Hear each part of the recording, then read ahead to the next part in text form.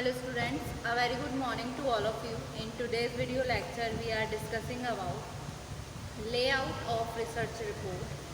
ठीक है, so decide करने के बाद किस तरीके की आप रिपोर्ट प्रिपेयर करने वाले हैं, नेक्स्ट स्टेप रहता है रिपोर्ट प्रिपरेशन का. ठीक है जो भी रिपोर्ट को पढ़ रहा है वो नेसेसरली कन्वे करता है डिटेल्स को स्टडी के बारे में एक जनरल साइंटिफिक कॉन्टेक्स्ट से. ठीक है, सो इस पर्पस के लिए प्रॉपर लेआउट होना चाहिए रिपोर्ट का, जिसकी रिक्वायरमेंट होती है.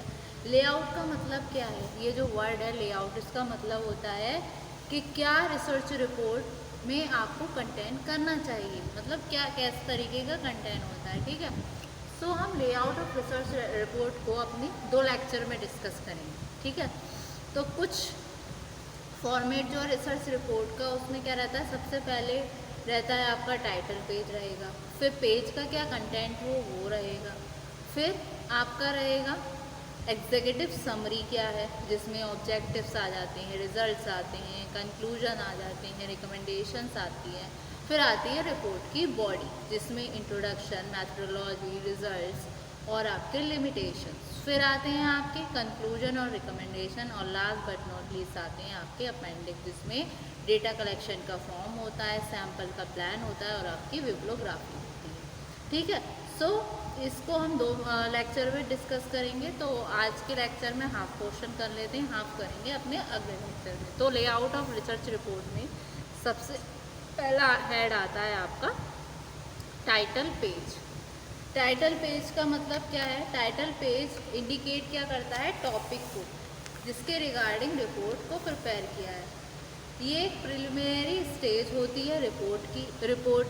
प्रिलिमिनरी पेज होता है रिपोर्ट का जो फॉलो किया जाता है एक्नॉलेजमेंट के द्वारा in the form of 3 page और 4 हेड. टाइटल पेज में इंक्लूड होता है पर्सन का नाम, एजेंसी का नाम जो प्रिपेयर कर रहा है रिपोर्ट को, date of submission of the report जो इंक्लूडेड होगा आपके रिपोर्ट में. ठीक है, so title page should indicate the topic on which report is prepared. It is the preliminary page of a report followed by acknowledgements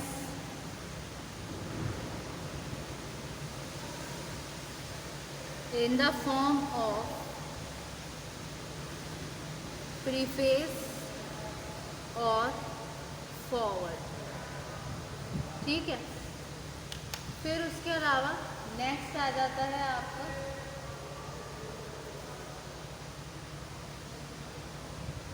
forward. Forward में क्या रहेंगे? ये पेज आपका रिटन होगा किसी के द्वारा जिसमें राइटर यूजुअली उसको एक अथॉरिटी होगी सब्जेक्ट की या स्पॉन्सर के, रिसर्च की और बुक के रिगार्डिंग. एट द एंड में क्या होता है, राइटर फॉरवर्ड करता है नेम जो अपीयर होगा आपके राइट हैंड साइड, और लेफ्ट हैंड साइड आता है उसका address, place of writing and date जो पुट होते हैं इटैलिक में. ठीक है, so this page would be written by someone other than the writer, usually an authority on the subject or the sponsor of the research और the book. ठीक है, सो ये रहा. फिर आता है आपका प्रीफेस. नेक्स्ट प्रीफेस क्या होता है? प्रीफेस में आपके रिटन होता है रिसर्चर के द्वारा, जो ये इंडिकेट करता है कि किस तरीके से सब्जेक्ट उसका चूज़ किया गया है और जो कि इम्पोर्टेंस है जिसकी और नीड है जो फोकस कर रहा है बुक को और रिसर्च पेपर के कंटेंट को। ठीक है, सो ये रहा आपका प्रीफेस। सो प्रीफेस में क्या it has to be written by researcher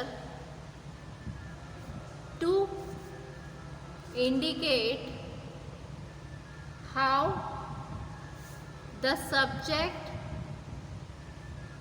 was chosen, its importance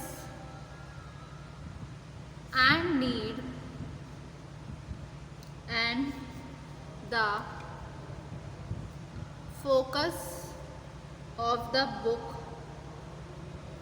and research papers content, audience and purpose।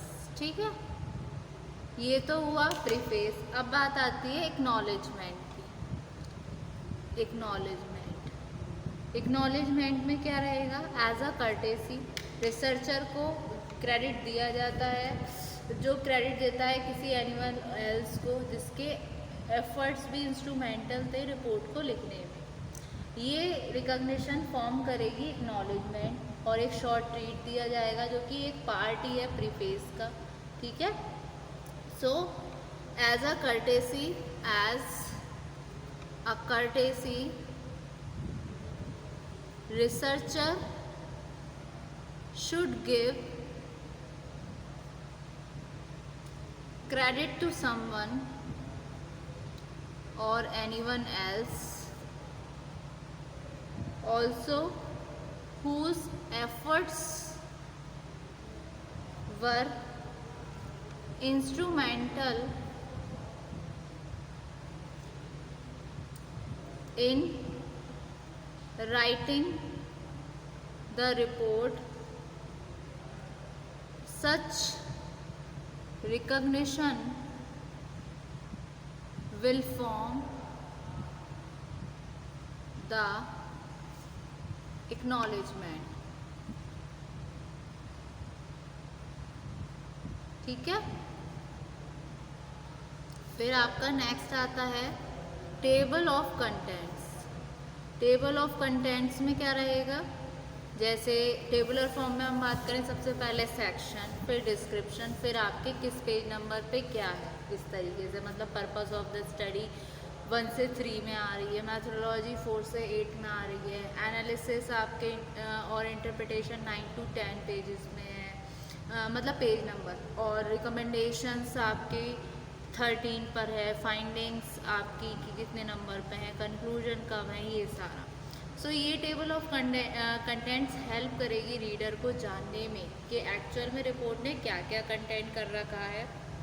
ये इंडिकेट करेगी वेरियस पार्ट्स को और सेक्शंस को रिपोर्ट के, जो कि मतलब एक तरीके से इंडिकेट करेगी chapter heading along with the page number. ठीक है, तो हम कह सकते हैं टेबल ऑफ कंटेंट क्या है रिपोर्ट का, जो एक्ट करेगा as a summary, as a guide to various segments. ठीक है, so this table of contents, this table of contents will help the reader to know what the report contains. Table of contents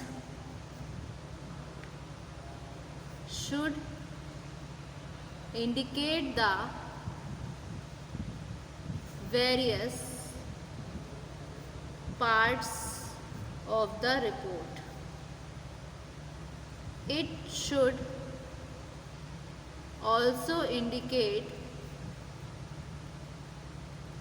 the chapter headings